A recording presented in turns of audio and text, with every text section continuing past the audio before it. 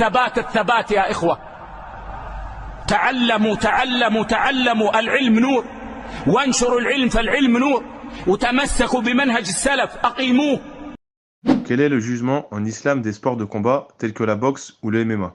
Les sports de combat tels que la boxe et le MMA sont bien évidemment interdits en islam.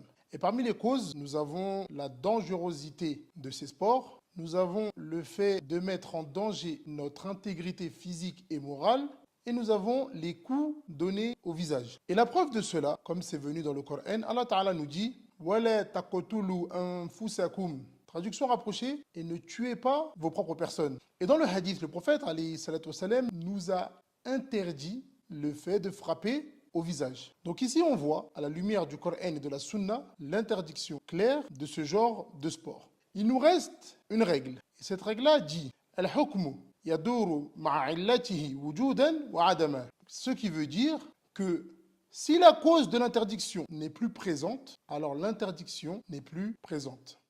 Quel conseil donner à celui qui pratique l'un de ces sports? Le conseil qu'on pourrait donner à l'une des personnes qui pratiquent ce sport, bien évidemment, le premier, ça sera de craindre Allah Ta'ala. Et le deuxième, ça sera de délaisser ce sport. Forcer de rappeler le hadith où est-ce que le prophète alayhi salatu wassalam, nous dit que le fils d'Adam sera ressuscité sur la chose sur laquelle il est mort. Donc, es-tu prêt à être ressuscité sur ça? Pose-toi la question. À côté de ça, ceux qui pratiquent ce genre de sport ne sont pas à l'abri, un jour, lors d'un combat, de mettre un coup et de tuer son adversaire. Lorsque tu vas arriver devant Allah Ta'ala, qu'est-ce que tu vas répondre? Tu vas répondre que tu étais en train de faire de la boxe et que tu n'as pas fait exprès. Et lorsque Allah Ta'ala te répondra et te dira que la boxe était une chose interdite et tu le savais, qu'est-ce que tu vas répondre? Donc la personne qui est intelligente, elle ne met pas sa personne en danger, que ce soit ici-bas ou dans l'au-delà. Quel conseil donner à ceux qui se fanatisent pour ces sportifs et qui pratiquent ces sports-là?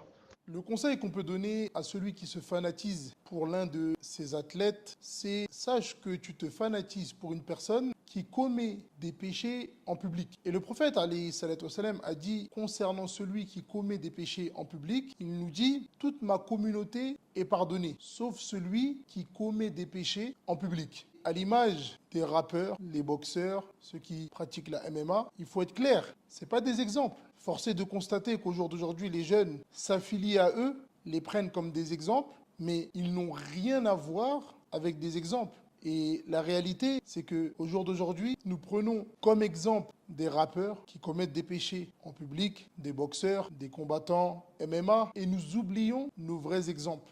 Notre exemple numéro 1, bien évidemment, le prophète alayhi salatu wassalam et les compagnons bien guidés tels que Abu Bakr wa Omar radiyallahu anhum.